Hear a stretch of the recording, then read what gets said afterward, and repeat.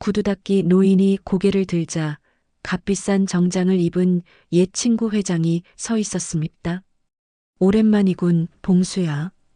그 오만한 목소리에 노인의 손이 떨렸습니다. 박영철, 너는 아직도 변하지 않았구나. 분노와 슬픔이 뒤섞인 눈빛. 회장은 비웃듯 금시계를 들어 보이며 말했습니다. 넌 구두나 닦고 난 세상을 이끈다. 봉수는 이를 악물고 속삭였습니다. 그거 서명하지 마라. 내가 어떤 놈인지 내가 다 안다. 두 사람 사이에 어떤 일이 있었을까요? 좋아요와 구독을 눌러주세요. 꾹 누르시면 재미있는 이야기가 이어집니다. 새벽 6시 서울 한복판의 대기업 로비는 아직 적막했습니다. 유리문 너머로 스며드는 차가운 아침 공기 사이로 김봉수는 묵묵히 구두 닦기 도구들을 정리하고 있었죠. 72살의 나이에도 그의 손놀림은 여전히 정확했습니다. 30년간 같은 자리에서 같은 일을 해온 숙련된 장인의 손길이었어요. 오늘도 또 하루가 시작되는군. 봉수는 작은 의자에 앉아 첫 번째 손님을 기다렸습니다. 로비 한쪽 구석진 곳, 사람들의 시선이 잘 닿지 않는 그 자리는 이제 봉수만의 영역이 되어 있었어요. 지나가는 직장인들은 그를 마치 로비 인테리어의 일부인 양 스쳐 지나갔습니다. 때로는 동정 어린 눈빛으로, 때로는 아예 보지 않는 척하면서 말이죠. 하지만 봉수에게는 상관없는 일이었습니다. 그는 이미 오래전부터 세상의 시선에 무디어져 있었거든요. 중요한 건 오늘 하루도 무사히 일을 마치고 작은 원룸으로 돌아가 따뜻한 밥 한 그릇을 먹을 수 있다는 것이었어요. 아저씨, 구두 좀 닦아주세요. 첫 손님이 찾아왔습니다. 30대 중반쯤 되어 보이는 회사원이었어요. 봉수는 능숙하게 구두약을 발라가며 정성스럽게 광을 냈습니다. 그의 손길 하나하나에는 오랜 세월의 경험이 고스란히 녹아 있었죠. 아저씨는 언제부터 여기서 일하신 거예요? 젊은 회사원의 질문에 봉수는 잠깐 손을 멈췄습니다. 언제부터였을까요? 정확히 기억나지 않았어요. 다만 머릿속 어딘가에 아련하게 남아있는 기억들이 스쳐 지나갈 뿐이었습니다. 글쎄요. 꽤 오래되었네요. 봉수의 대답은 담담했습니다. 그는 굳이 자신의 과거를 설명할 필요를 느끼지 않았어요. 젊은 시절의 이야기, 대학에서 책을 읽고 토론하던 날들, 불의에 맞서 목소리를 높이던 그 시절의 김봉수를 굳이 꺼내놓을 이유가 없었습니다. 완성입니다. 구두를 다 닦은 봉수는 만족스럽게 미소 지었어요. 새까맣게 광이 난 구두는 마치 거울처럼 주변을 반사하고 있었습니다. 회사원은 감탄하며 지갑에서 돈을 꺼냈죠. 정말 잘하시네요. 감사합니다. 고맙습니다. 손님이 떠난 후 봉수는 가방에서 오늘자 신문을 꺼냈습니다. 이것은 그의 오래된 습관이었어요. 아무리 바쁜 하루라도, 아무리 피곤한 몸이라도 신문만은 꼭 읽었습니다. 세상이 어떻게 돌아가는지, 무슨 일이 일어나고 있는지 놓치고 싶지 않았거든요. 정치면을 넘기며 봉수의 눈빛이 진지해졌습니다. 여전히 반복되는 부정부패 뉴스들, 권력자들의 특혜 논란들. 30년 전이나 지금이나 크게 달라진 게 없다는 생각이 들었어요. 또 그 모양이군. 봉수는 작은 한숨을 내쉬었습니다. 젊은 시절 자신이 그토록 바꾸고 싶어 했던 세상이었지만 아직도 그대로인 것 같았어요. 아니, 어쩌면 더 교묘해진 것 같기도 했습니다. 경제면에서 눈에 띄는 기사가 하나 있었어요. 대기업의 사회공헌 활동에 관한 내용이었습니다. 봉수가 앉아있는 바로 이 건물의 주인인 회사 이야기였죠. 기사는 회사의 선행을 크게 치켜세우고 있었지만 봉수의 눈에는 뭔가 어색해 보였습니다. 화려한 포장지 속에 뭐가 들어있을지 모르겠군. 봉수는 신문을 접으며 중얼거렸어요. 오랜 세월 세상을 지켜본 그의 눈에는 겉으로 드러나는 것과 실제가 다른 경우를 너무 많이 봐왔거든요. 점심시간이 다가오자 로비는 분주해졌습니다. 직장인들이 오가며 봉수 앞을 스쳐 지나갔어요. 그중 몇 명은 구두를 닦아달라고 부탁했지만 대부분은 그냥 지나쳤습니다. 봉수에게는 익숙한 풍경이었어요. 하루가 저물어가고 있었습니다. 봉수는 도구들을 정리하며 오늘의 수입을 계산해 봤어요. 그리 많지는 않았지만 하루 밥값은 충분했습니다. 그것만으로도 감사한 일이었죠. 내일도 또 이 자리에 앉아 있겠지. 봉수는 가방을 메며 로비를 둘러봤습니다. 화려한 대리석 바닥과 높은 천장, 그리고 그 한쪽 구석에 자신의 자리. 이상하게도 이곳이 이제는 익숙했어요. 마치 자신의 집처럼 편안하게 느껴졌습니다. 집으로 돌아가는 길, 봉수는 문득 젊은 시절을 떠올렸습니다. 그때의 자신은 세상을 바꿀 수 있다고 믿었었죠. 하지만 현실은 그렇게 호락호락하지 않았어요. 배신과 좌절, 그리고 긴 침묵의 세월이 지나고 나니 이제는 그저 하루하루를 무사히 보내는 것만이 목표가 되어버렸습니다. 그래도 봉수는 포기하지 않았어요. 비록 구두닦이 노인이 되어버렸지만 여전히 세상을 바라보는 눈은 살아있었거든요. 언젠가는 어떤 식으로든 자신이 할 수 있는 일이 있을 거라고 믿고 있었습니다. 다음 날 아침 봉수는 평소보다 조금 일찍 회사에 도착했습니다. 로비는 아직 한산했고 청소부들이 밤새 쌓인 먼지를 닦아내고 있었어요.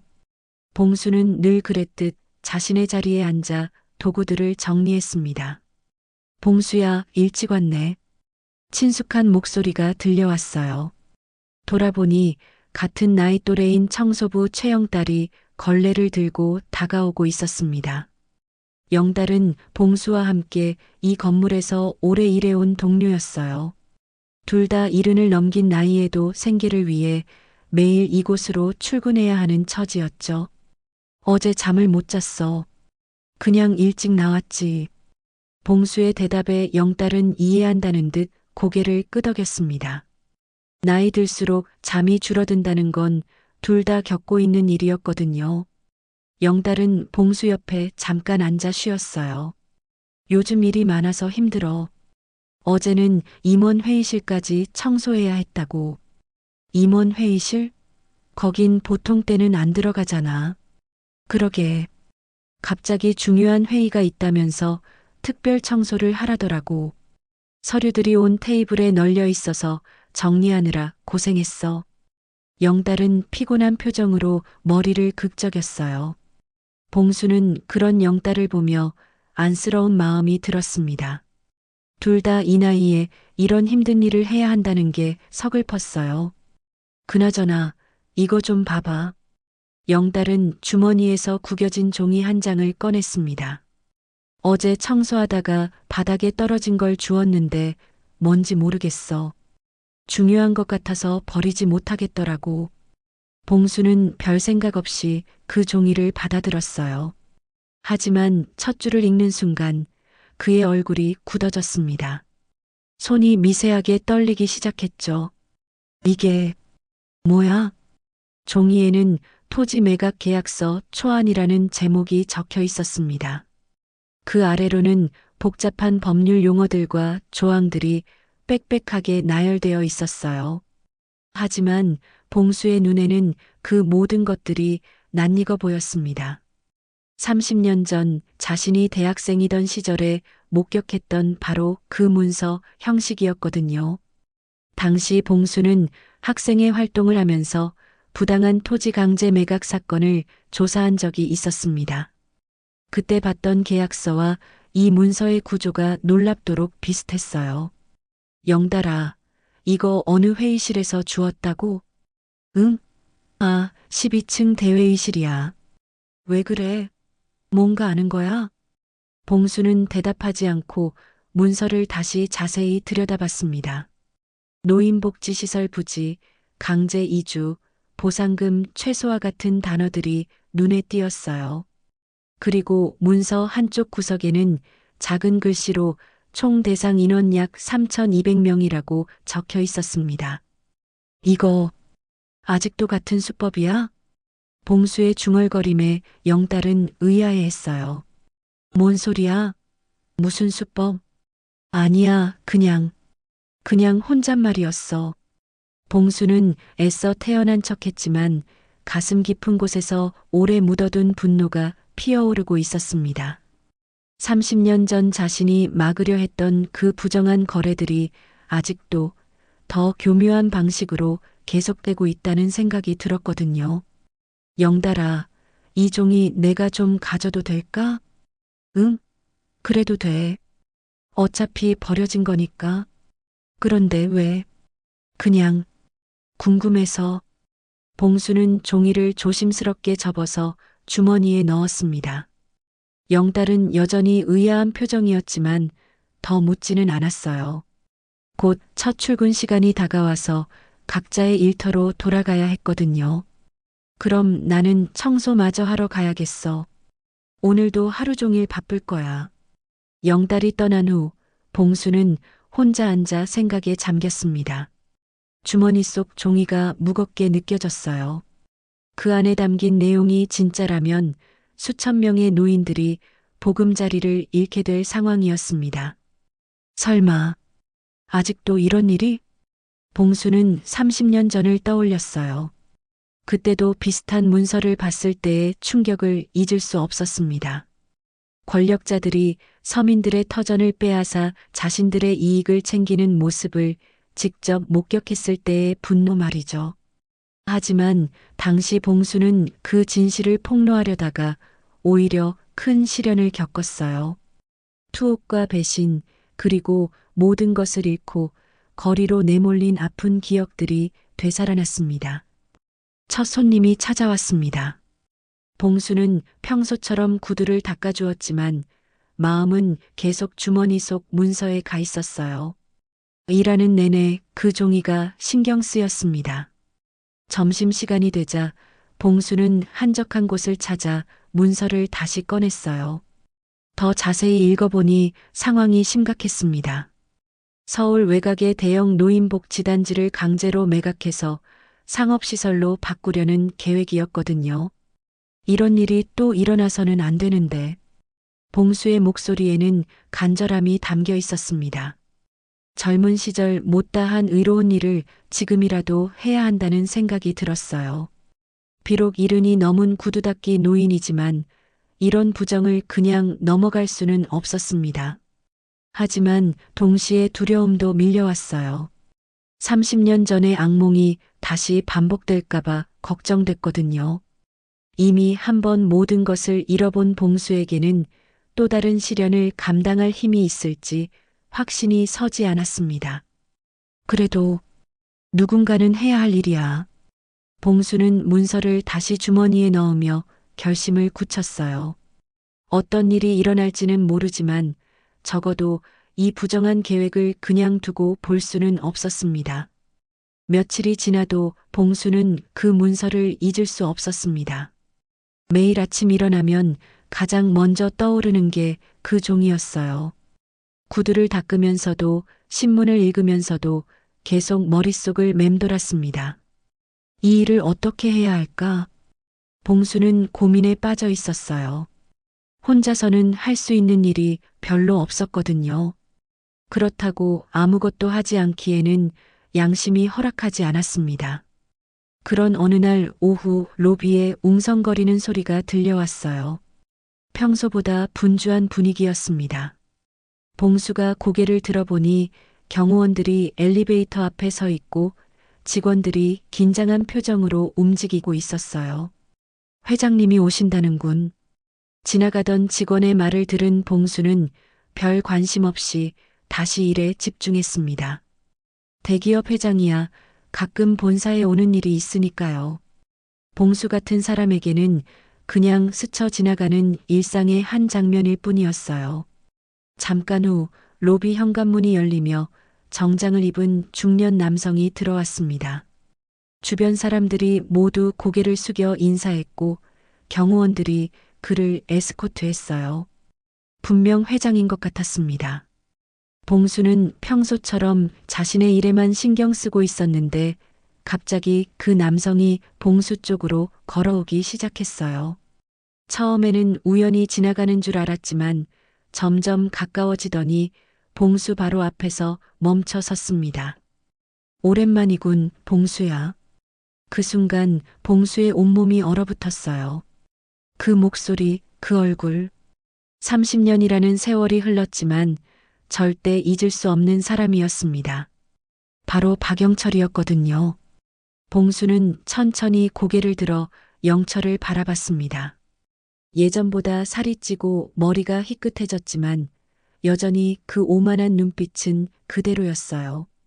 값비싼 정장을 입고 금시계를 찬 영철의 모습은 구두닦이가 된 봉수와는 너무나 대조적이었습니다. 박영철, 봉수의 목소리는 떨리고 있었어요. 수많은 감정이 한꺼번에 밀려왔습니다. 분노, 배신감, 그리고 깊은 슬픔까지 30년 전 그날의 기억이 생생하게 되살아났어요. 잘 지내고 있었나? 여기서 이런 일을 하고 있다니. 영철의 말투에는 묘한 우월감이 섞여 있었습니다. 마치 자신은 성공했고 봉수는 실패했다는 것을 확인하고 싶어 하는 것 같았어요. 주변 직원들은 두 사람의 대화가 신기한 듯 지켜보고 있었습니다. 너는 어떻게 지냈냐? 봉수의 질문에 영철은 자랑스러운 표정을 지었어요. 보다시피 잘 살고 있지. 이 회사 회장이 된 지도 벌써 10년이 넘었고 사회에도 많은 기여를 하고 있어. 사회에 기여라. 봉수는 쓴웃음을 지었습니다. 주머니 속 문서를 생각하니 영철의 말이 공허하게 들렸어요. 진짜 사회 기여가 무엇인지에 대해 두 사람의 생각이 얼마나 다른지 실감할 수 있었습니다. 그런데 말이야, 영철아. 봉수는 조심스럽게 입을 열었어요. 영철의 표정이 약간 경계하는 듯 변했습니다. 옛 동지였던 봉수가 무슨 말을 할지 궁금하면서도 불안했던 거죠. 요즘 회사에서 진행하는 프로젝트들, 혹시 조심해야 할 게 있지 않을까? 무슨 소리야? 우리 회사는 모든 일을 투명하게 진행한다고. 영철의 대답은 즉석에서 나온 것 같았어요. 하지만 봉수는 그의 눈빛에서 미세한 동요를 읽을 수 있었습니다. 뭔가 찔리는 구석이 있다는 증거였죠. 봉수는 영철에게 한 발 더 다가갔습니다. 그리고 다른 사람들이 들을 수 없을 정도로 작은 목소리로 속삭였어요. 그거 서명하지 마라. 뭐? 영철의 얼굴이 순간 굳어졌습니다. 봉수의 말이 무엇을 의미하는지 직감적으로 알아차린 것 같았어요. 내가 어떤 사람인지 내가 다 안다. 봉수의 목소리에는 확신이 담겨 있었습니다. 30년 전 영철이 어떤 선택을 했는지, 그리고 지금도 같은 길을 걷고 있다는 것을 알고 있다는 뜻이었어요. 영철의 얼굴에서 혈색이 사라졌습니다. 잠깐 동안 두 사람은 서로를 바라보며 침묵했어요. 마치 30년 전 그날로 돌아간 것 같은 기분이었습니다. 너, 뭘 알고 있다는 거야? 영철의 목소리에는 당황이 섞여 있었어요. 평소의 당당한 모습과는 전혀 다른 모습이었습니다. 봉수는 그런 영철을 보며 자신의 직감이 틀리지 않았음을 확신했어요. 모든 것을 알고 있어. 그때나 지금이나 넌 변하지 않았구나.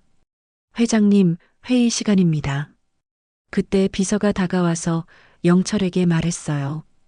영철은 잠깐 망설이다가 봉수를 향해 차가운 시선을 보냈습니다. 옛날 이야기는 그만두자. 지금은 서로 다른 세상에 살고 있잖아. 영철은 그렇게 말하고는 엘리베이터로 향했어요. 하지만 그의 걸음걸이에서 평소의 여유로움은 찾아볼 수 없었습니다.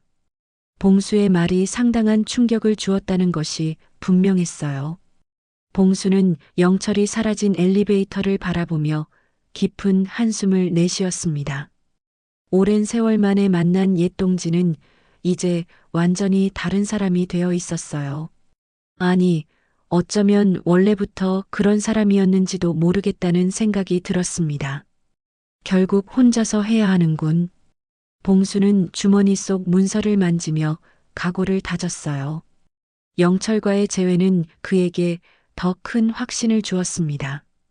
이 일을 반드시 막아야겠다는 결심 말이죠.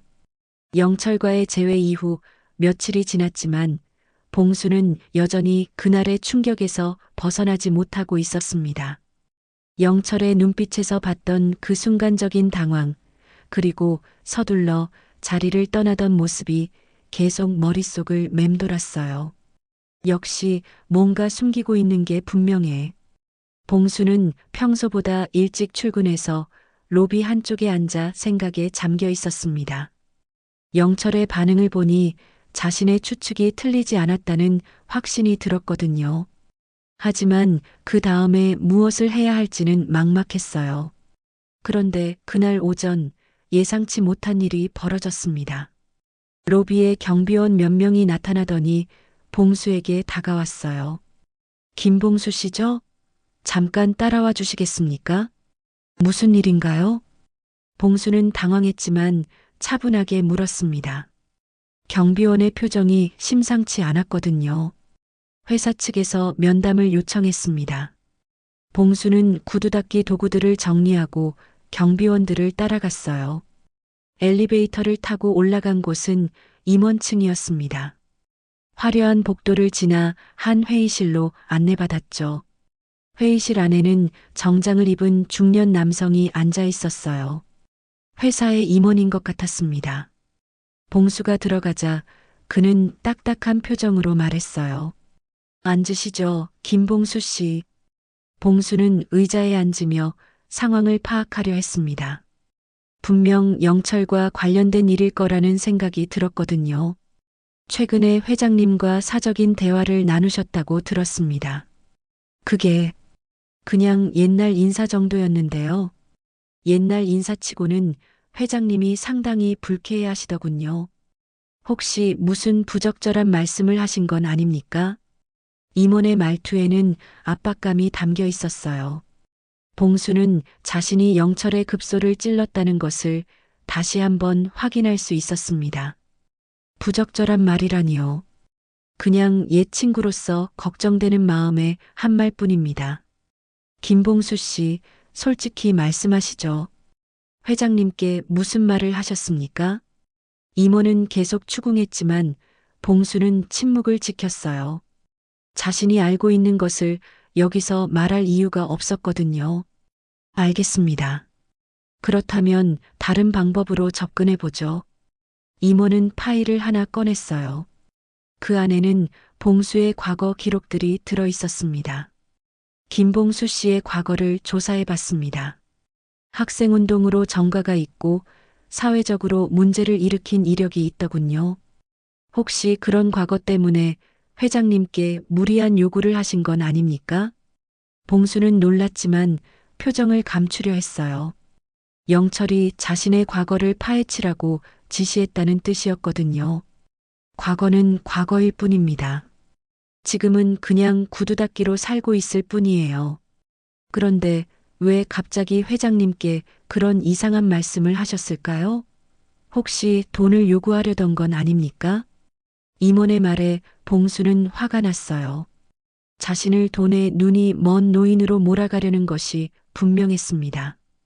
그런 게 아닙니다. 저는 단지 뭡니까? 봉수는 잠깐 망설였어요.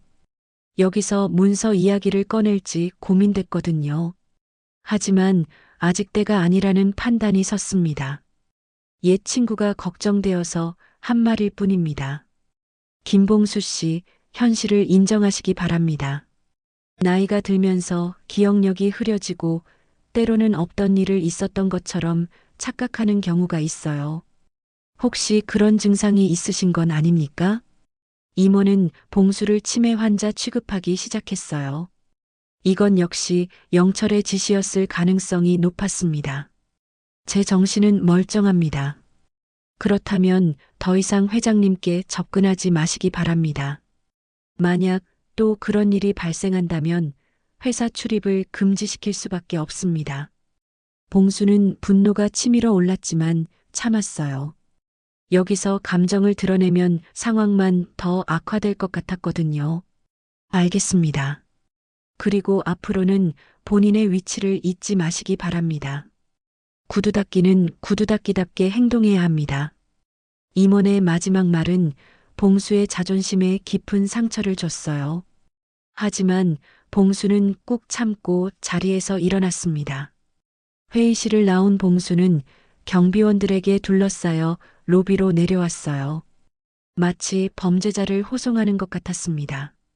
로비에 있던 사람들이 모두 봉수를 쳐다봤고 수군거리는 소리가 들려왔어요. 저 노인이 뭘 잘못했길래. 치매인가 봐. 회장님께 이상한 말을 했다는데. 나이 들면 저렇게 되는구나.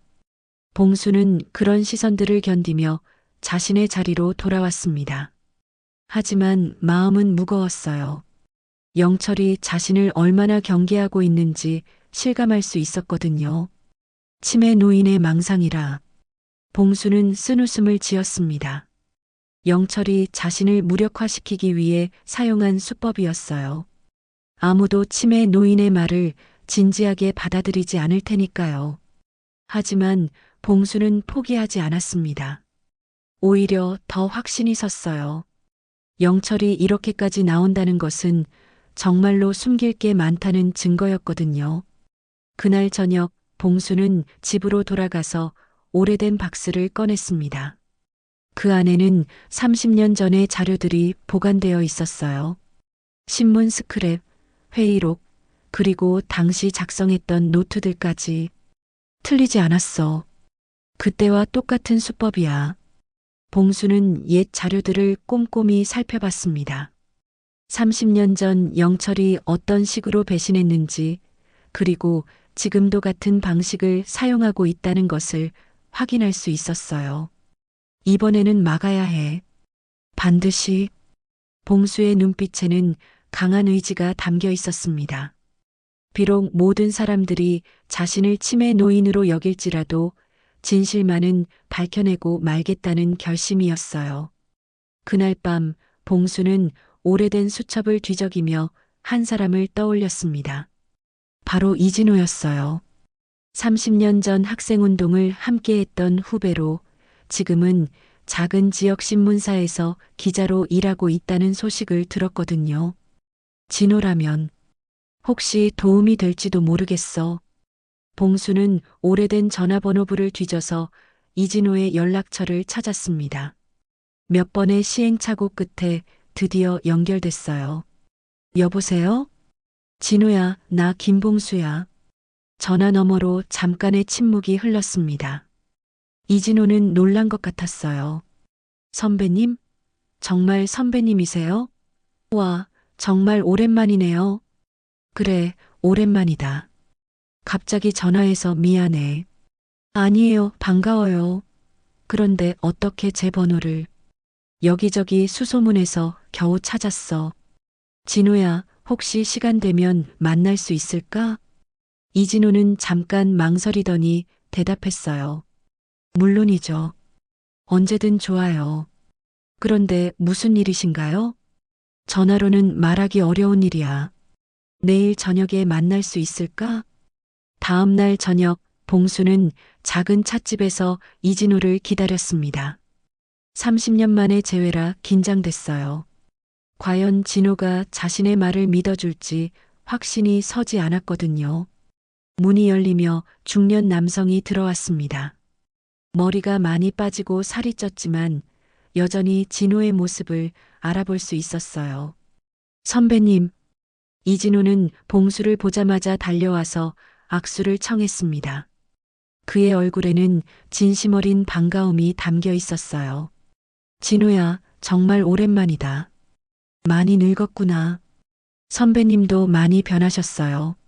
하지만 여전히 선배님다운 느낌이에요. 두 사람은 잠깐 옛날 이야기를 나눴습니다. 이진우는 대학 졸업 후 여러 신문사를 거쳐 지금은 지역신문에서 탐사보도를 담당하고 있다고 했어요. 그런데 선배님, 무슨 일로 저를 찾으신 거예요? 봉수는 주변을 둘러보더니 가방에서 문서를 꺼냈습니다. 영달이 주운 그 계약서였어요. 이걸 좀 봐줄 수 있을까? 이진우는 문서를 받아들고 자세히 읽기 시작했어요. 처음에는 별 관심 없는 표정이었지만 점점 진지해졌습니다.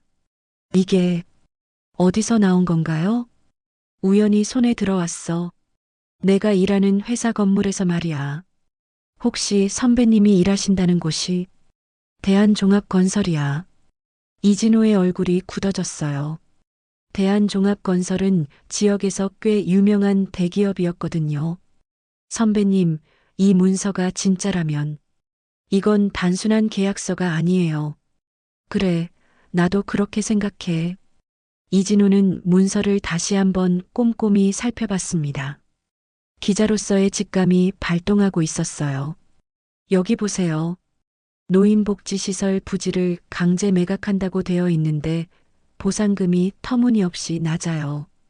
그리고 여기 작은 글씨로 쓰인 조항들. 이진호는 흥분하기 시작했어요. 이건 명백한 불법 계약이에요. 수천 명의 노인들이 하루아침에 갈 곳을 잃게 되는 상황이죠. 그렇다면 기사로 쓸 수 있을까? 물론이죠. 하지만 증거가 더 필요해요. 이 문서 하나만으로는 부족합니다. 봉수는 실망했지만 이해했어요. 기자 입장에서는 확실한 증거가 있어야 기사를 쓸 수 있을 테니까요. 그런데 선배님, 혹시 이 회사와 개인적인 관련이 있으신가요? 봉수는 잠깐 망설이더니 영철과의 관계를 설명했어요. 30년 전의 배신, 그리고 최근의 재회까지. 그렇다면 더욱 조심해야 해요. 상대방이 이미 선배님을 경계하고 있다는 뜻이거든요. 나도 알고 있어. 하지만 이 일을 그냥 넘어갈 수는 없어. 이진우는 봉수의 각오를 보고 감동했어요. 30년이 지나도 변하지 않은 선배의 의로운 마음이 느껴졌거든요. 알겠습니다. 제가 도와드릴게요. 하지만 시간이 좀 걸릴 것 같아요. 얼마나? 일주일 정도는 필요할 것 같아요. 관련 자료를 수집하고 현장도 확인해 봐야 하니까요. 봉수는 고개를 끄덕였어요. 기다릴 수 있었습니다. 일주일 후 이진호에게서 연락이 왔어요. 목소리가 상당히 흥분되어 있었습니다. 선배님, 큰일이에요. 정말 큰 사건이었어요. 뭘 찾았는데? 직접 만나서 얘기해요. 전화로는 위험해요. 그날 저녁 두 사람은 다시 만났습니다. 이진호는 두꺼운 파일을 가져왔어요. 선배님이 주신 문서를 바탕으로 조사해 봤는데 정말 심각한 상황이에요. 이진호는 파일을 펼치며 설명하기 시작했어요. 이 계약의 실제 목적은 노인 요양병원 부지를 헐값에 매입해서 대형 상업시설을 짓는 거예요. 그 과정에서 현재 그곳에 살고 있는 3,200명의 노인들이 쫓겨나게 됩니다. 3,200명. 봉수는 그 숫자에 충격을 받았어요. 생각했던 것보다 훨씬 많은 사람들이 피해를 보게 되는 상황이었습니다. 더 충격적인 건 이 계약에 숨겨진 조항들이에요. 강제 이주 과정에서 발생하는 모든 책임을 정부에 떠넘기고 회사는 순수익만 챙기는 구조로 되어 있어요. 그런 게 가능한가? 법적으로는 불가능하죠. 하지만 여기 보세요. 이진호는 또 다른 문서를 꺼냈어요. 이게 진짜 문제예요. 담당 공무원들과의 은밀한 거래 내역이 적혀 있어요. 뇌물 수수까지 계획되어 있습니다. 봉수는 분노가 치밀어 올랐어요. 30년 전과 똑같은 수법이었거든요. 이제 기사를 쓸 수 있을까? 네, 충분해요. 내일부터 연재 기사로 내보낼 예정이에요. 하지만 선배님, 뭐? 상당한 반발이 있을 거예요. 정말 큰 회사거든요. 괜찮으시겠어요? 봉수는 단호하게 대답했어요. 상관없어. 이미 각오는 했으니까. 이진호는 봉수의 손을 꽉 잡았습니다. 고맙습니다, 선배님. 선배님 덕분에 정말 중요한 진실을 밝힐 수 있게 됐어요.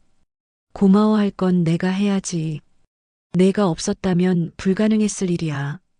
그날 밤 봉수는 오랜만에 편안한 잠을 잤습니다. 드디어 진실을 세상에 알릴 수 있게 되었다는 안도감 때문이었어요. 기사가 나간 다음 날 봉수는 평소와 다름없이 회사에 출근했습니다. 하지만 로비의 분위기가 심상치 않았어요. 직원들이 수군거리며 신문을 보고 있었고 경비원들의 표정도 긴장되어 보였습니다. 큰일 났다더라. 회장님이 엄청 화가 나셨다는데. 지나가는 직원들의 대화를 들으며 봉수는 기사의 파급력을 실감할 수 있었어요. 이진호가 정말 제대로 써줬구나 싶었습니다. 그런데 오전 10시쯤 로비에 검은 정장을 입은 남자들이 나타났어요. 그들은 봉수를 찾는 것 같았습니다. 봉수는 일부러 모른 척하며 구두를 닦고 있었지만 결국 그들이 다가왔어요. 김봉수 씨죠? 잠깐 시간 좀 내주시겠습니까? 무슨 일인가요? 회장님이 뵙고 싶어 하십니다.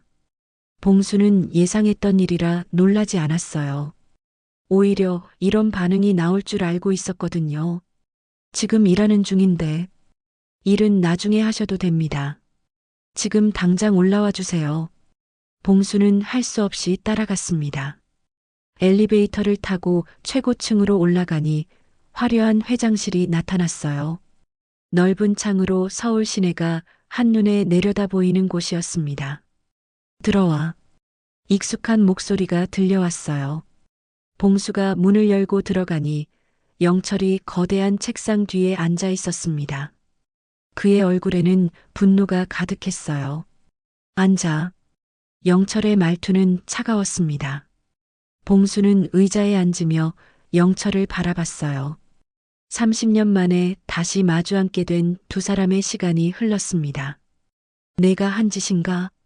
영철이 신문을 탁자 위에 내던졌어요. 이진호가 쓴 기사였습니다. 대기업의 노인복지시설 강제매각 의혹이라는 제목이 크게 박혀 있었어요. 무슨 말인지 모르겠는데. 시침이 떼지 마. 이 기사에 나온 정보들이 어디서 나왔는지 다 알고 있어. 영철은 책상을 치며 소리쳤어요. 평소의 점잖은 모습과는 전혀 달랐습니다. 그렇다면 뭐가 문제인가? 사실이라면 당연히 알려져야 하는 일 아닌가? 봉수의 침착한 대답에 영철은 더욱 화가 났어요. 사실이라니. 이건 회사 기밀이야. 내가 어떻게 감히.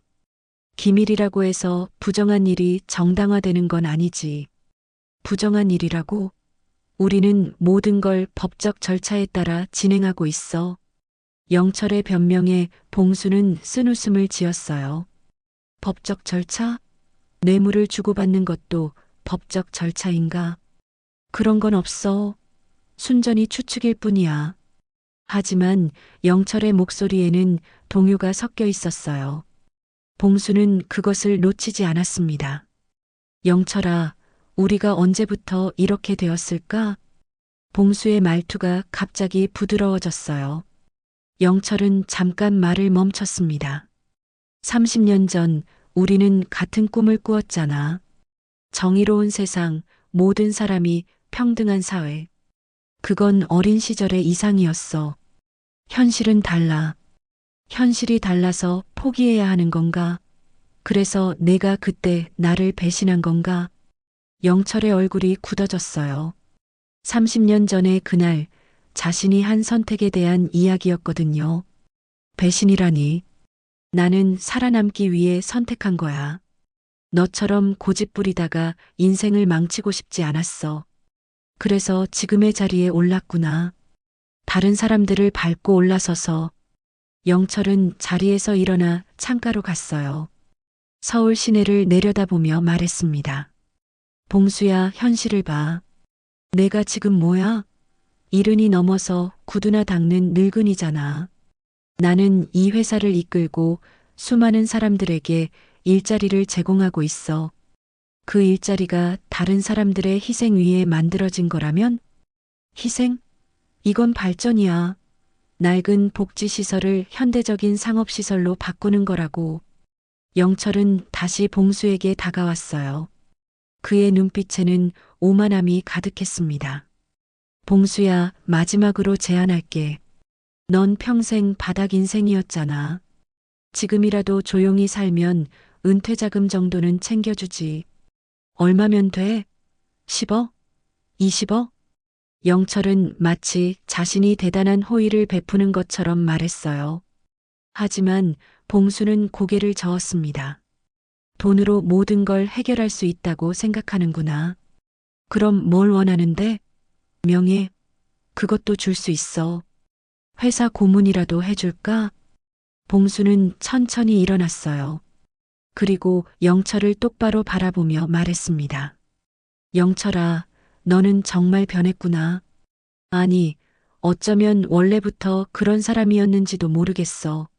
뭐라고? 넌 평생 꼭대기에 있었지.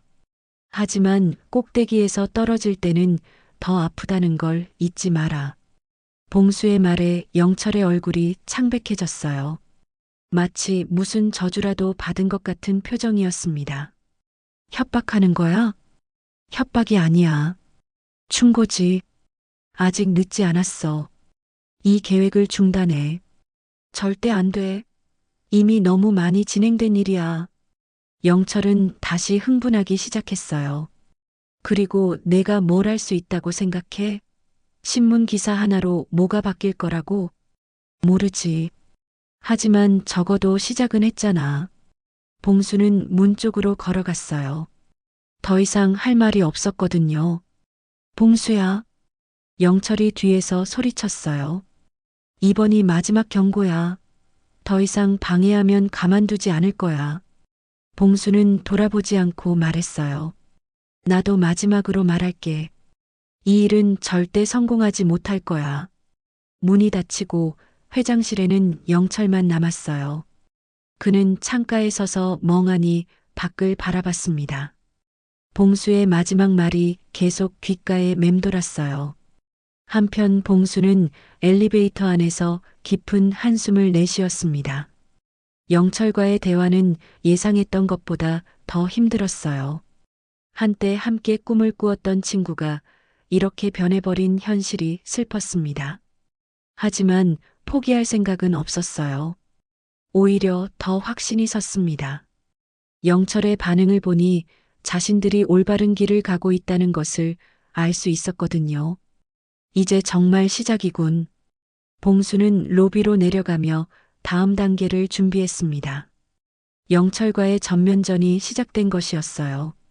영철과의 대화 이후 며칠이 지났지만 회사 분위기는 여전히 어수선했습니다. 기사가 나간 후 여론이 악화되자 영철은 더욱 초조해하고 있었어요. 봉수는 그런 변화를 예민하게 감지하고 있었습니다. 이번 주 금요일에 긴급 이사회가 열린다더군. 청소부 영딸이 봉수에게 귀띔해줬어요. 임원들이 모두 모여서 대책을 논의한다는 얘기야. 봉수는 고개를 끄덕였어요. 예상했던 수순이었습니다. 기사로 인한 타격이 생각보다 컸다는 증거였거든요. 회의실은 어디서 하는데? 12층 대회의실이야. 회장님이 직접 주재한다더라. 그날 저녁 봉수는 이진호에게 전화를 걸었습니다. 진호야, 금요일에 이사회가 열려. 정말요? 예상보다 빠르네요. 뭔가 급한 모양이군요. 그런 것 같아. 아마 계약 강행을 결정하려는 것 같은데. 이진호는 잠깐 생각하더니 말했어요. 선배님, 혹시 그 회의를 직접 확인할 방법이 있을까요? 무슨 뜻이야? 현장에서 그들이 하는 말을 직접 들을 수 있다면 더 확실한 증거를 잡을 수 있을 텐데요. 봉수는 위험한 제안이라는 걸 알았지만 동시에 기회이기도 했어요. 마지막 결정적 증거를 잡을 수 있는 순간일지도 모르니까요. 해볼게. 하지만 위험할 수도 있어. 조심하세요, 선배님. 무리하지 마시고요. 금요일 오후 봉수는 평소보다 일찍 일을 마쳤습니다. 이사회는 오후 5시에 시작될 예정이었어요. 봉수는 엘리베이터 대신 계단을 이용해서 12층으로 올라갔습니다. 복도는 조용했어요. 대부분의 직원들이 퇴근한 시간이었거든요. 봉수는 조심스럽게 대회의실 쪽으로 다가갔습니다. 회의실 문틈으로 희미하게 불빛이 새어나오고 있었어요. 안에서는 여러 사람들의 목소리가 들렸습니다. 봉수는 문에 귀를 대고 들어보려 했지만 내용이 명확하게 들리지 않았어요. 그때 복도 끝에서 발소리가 들려왔습니다. 봉수는 재빨리 청소용품 보관함 뒤로 숨었어요. 한 직원이 지나간 후 다시 회의실로 다가갔습니다. 언론 대응은 어떻게 하실 건가요? 한 임원의 목소리가 들렸어요. 무시해. 시간이 지나면 잊혀질 거야. 영철의 목소리였습니다. 봉수는 더 가까이 다가가려 했지만 갑자기 회의실 문이 열렸어요. 잠깐만, 복도에 누가 있는 것 같은데. 한 임원이 밖을 확인하려고 나왔습니다. 봉수는 재빨리 계단 쪽으로 몸을 숨겼어요. 아무도 없는데요. 그래. 신경 쓰지 말고 계속하자. 문이 다시 닫혔지만 봉수는 더 이상 가까이 갈 수 없었어요. 경계가 심해진 것 같았거든요. 그런데 그때 봉수에게 다른 아이디어가 떠올랐습니다. 회의가 끝나고 나면 분명 결정사항을 문서로 만들 텐데 그 문서를 확인할 수 있다면 1시간 후 회의실에서 사람들이 나오기 시작했어요. 임원들이 하나씩 엘리베이터로 향했고 마지막에 영철이 나왔습니다. 봉수는 모든 사람들이 떠날 때까지 기다렸어요. 그리고 조심스럽게 회의실로 다가갔습니다. 다행히 문이 잠겨 있지 않았어요. 회의실 안은 어두웠지만 테이블 위에 몇 장의 서류가 남아 있었어요. 봉수는 핸드폰 손전등을 켜고 그 서류들을 확인했습니다. 역시 서류에는 계약 강행 결정과 함께 언론 무마 작업에 대한 구체적인 계획이 적혀 있었어요. 심지어 어떤 기자들에게 얼마씩 돈을 줄지까지 상세하게 나와 있었습니다. 봉수는 핸드폰으로 그 서류들을 사진으로 찍었어요. 하지만 그때 갑자기 회의실 불이 켜졌습니다. 역시 여기 있었군. 영철이 문 앞에 서 있었어요. 그의 뒤로는 경비원 2명이 따라와 있었습니다. 내가 여기서 뭘 하고 있는 거야? 봉수는 당황했지만 침착함을 유지하려 했어요. 청소를 하러 왔어. 청소? 이 시간에? 그리고 청소 도구는 어디 있어? 영철은 봉수의 거짓말을 한 번에 간파했어요. 봉수는 더 이상 변명할 수 없었습니다. 좋아.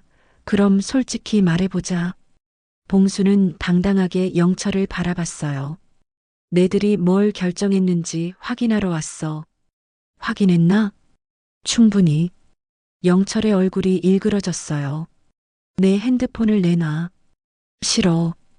경비원들, 저 사람한테서 핸드폰을 빼앗아. 경비원들이 봉수에게 다가왔지만 봉수는 한 발 뒤로 물러섰어요. 영철아, 이미 늦었어. 무슨 소리야? 봉수는 핸드폰을 들어 보였어요. 이미 다 보냈거든. 기자에게. 영철의 얼굴이 창백해졌어요. 설마. 믿기 싫으면 내일 신문을 봐. 내들의 더러운 거래가 다 나올 거야. 사실 봉수는 아직 사진을 보내지 않았어요. 하지만 영철을 동요시키기 위한 허세였습니다. 이런 미친. 영철은 화가 나서 주먹을 쥐었어요. 하지만 봉수는 오히려 한 발 더 다가갔습니다. 영철아, 마지막으로 한 번 더 말할게. 봉수는 예전처럼 영철에게 조용히 속삭였어요. 하지만 이번에는 완전히 다른 내용이었습니다. 이 계약은 당신들이 앉아 있는 자리까지 무너뜨릴 거다. 뭐라고? 들었잖아. 이제 정말 끝이야.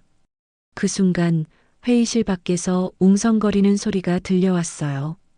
복도가 갑자기 소란스러워졌습니다. 기자들이 온다. 누군가의 외침이 들렸어요. 영철과 봉수 그리고 경비원들 모두 놀란 표정을 지었습니다. 잠깐 후 회의실 문이 활짝 열리며 기자들이 들이닥쳤어요. 카메라 플래시가 터지고 마이크들이 영철을 향해 쏟아졌습니다. 회장님, 오늘 이사회에서 무엇을 결정하셨습니까? 노인복지시설 강제 매각을 강행하시는 건가요? 언론 매수 의혹에 대해 해명해 주세요. 영철은 완전히 당황한 채로 뒤로 물러섰어요. 예상치 못한 기자들의 습격에 어떻게 대응해야 할지 몰랐던 거죠. 회의장은 순식간에 아수라장이 되었습니다. 기자들의 질문 공세 속에서 영철은 처음으로 무력한 표정을 지었어요. 봉수는 그런 영철을 조용히 바라봤습니다. 30년 만에 복수가 시작되고 있었어요. 기자들의 습격 이후 일주일이 지났습니다. 연일 터져나오는 보도들로 인해 대한종합건설은 큰 타격을 받았어요. 주가는 폭락했고 검찰 수사가 시작되었습니다. 영철은 회장직에서 물러나야 했고 여러 혐의로 구속되었어요. 봉수는 여전히 로비에서 구두를 닦고 있었습니다. 하지만 예전과는 분위기가 완전히 달라져 있었어요.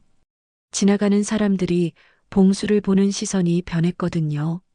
아저씨, 정말 대단하세요. 한 젊은 직장인이 구두를 맡기며 말했어요.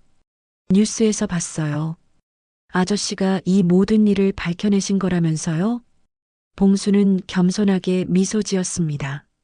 저는 그냥 작은 역할을 했을 뿐이에요. 작은 역할이라뇨. 수천 명의 할머니, 할아버지들을 구해내셨잖아요.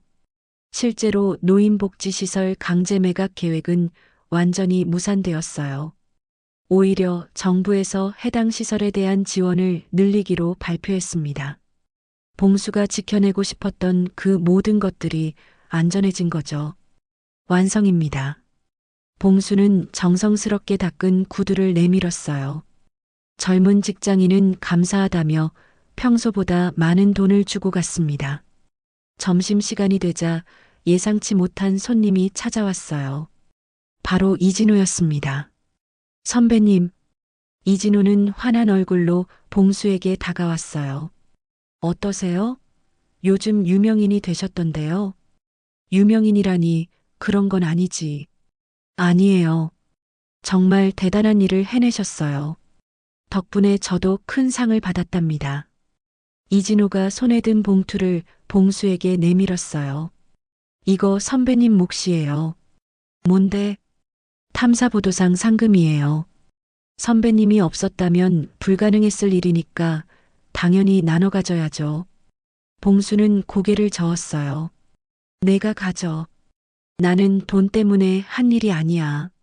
그래도 진호야, 내가 기자로서 성장하는 게 나에게는 더 큰 보상이야.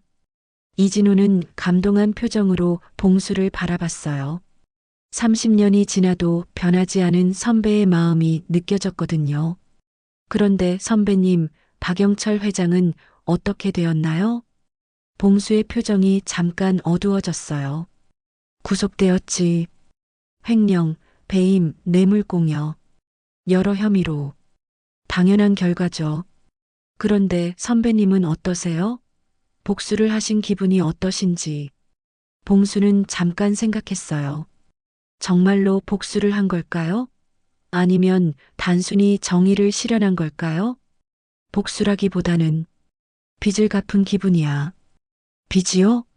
30년 전에 하지 못했던 일을 이제야 해낸 거지. 그때 못 지킨 사람들에게 지은 빚을 말이야. 이진호는 봉수의 말에 깊이 공감했어요. 진정한 언론인의 사명감이 무엇인지 다시 한번 깨달았거든요. 오후가 되자 또 다른 특별한 손님들이 찾아왔습니다. 노인복지시설에서 온 할머니, 할아버지들이었어요. 은인이시군요. 한 할머니가 봉수의 손을 꼭 잡았어요. 저희가 쫓겨날 뻔했는데 덕분에 계속 살 수 있게 됐어요. 정말 고맙습니다. 아니에요. 당연한 일을 했을 뿐이에요. 할아버지 한 분이 봉투를 내밀었어요. 이거라도 받아주세요. 저희가 모은 성의입니다. 봉수는 정중히 거절했어요. 마음만 받겠습니다. 대신 건강하게 지내세요. 노인들이 떠난 후 봉수는 혼자 앉아 감회에 젖었어요. 이런 순간을 위해 살아온 것 같았거든요. 해가 저물어갈 무렵 봉수는 평소처럼 도구들을 정리했습니다. 하지만 오늘은 마음이 특별히 가벼웠어요. 오랫동안 가슴에 품고 있던 무거운 짐을 내려놓은 기분이었거든요. 오늘도 수고하셨어요. 청소부 영딸이 다가와서 말했어요. 요즘 봉수 씨 덕분에 우리 회사 이미지가 많이 좋아졌어요. 무슨 소리야? 나는 그냥 해야 할 일을 했을 뿐이야. 하지만 쉬운 일은 아니었잖아요. 용기가 필요한 일이었어요. 영달의 말에 봉수는 고개를 끄덕였어요. 정말로 쉽지 않은 일이었지만 결국 해냈다는 것이 뿌듯했습니다. 집으로 돌아가는 길, 봉수는 문득 하늘을 올려다봤어요. 별들이 반짝이고 있었습니다. 그 별들을 보며 봉수는 30년 전 젊은 시절을 떠올렸어요. 그때의 자신은 세상을 바꿀 수 있다고 믿었지만 현실의 벽에 부딪혀 좌절했었죠. 하지만 지금 생각해보니 포기하지 않고 기다렸기 때문에 이런 순간이 올 수 있었던 것 같았어요. 늦었지만 그래도 해냈구나. 봉수는 작은 미소를 지으며 집으로 향했습니다. 내일도 똑같은 로비에서 똑같은 일을 할 테지만 이제는 그 일상이 전과 다르게 느껴질 것 같았어요. 다음 날 아침 봉수는 평소처럼 로비에 앉았습니다. 하지만 이번에는 더 많은 사람들이 그에게 다가왔어요. 구두를 맡기는 사람들뿐만 아니라 그냥 인사를 건네는 사람들도 있었습니다. 안녕하세요. 고맙습니다. 존경합니다. 사람들의 짧은 인사말들이 봉수의 마음을 따뜻하게 했어요. 세상은 정말로 귀 기울이지 않는 것 같았지만 결국 누군가의 작은 목소리에 반응하고 있었거든요. 봉수는 그날도 정성스럽게 구두를 닦았습니다. 하지만 이제는 단순히 생계를 위한 일이 아니었어요. 자신의 자리에서 할 수 있는 최선을 다하는 것, 그것이 세상을 바꾸는 가장 확실한 방법이라는 걸 깨달았거든요. 세상은 귀 기울이지 않는다.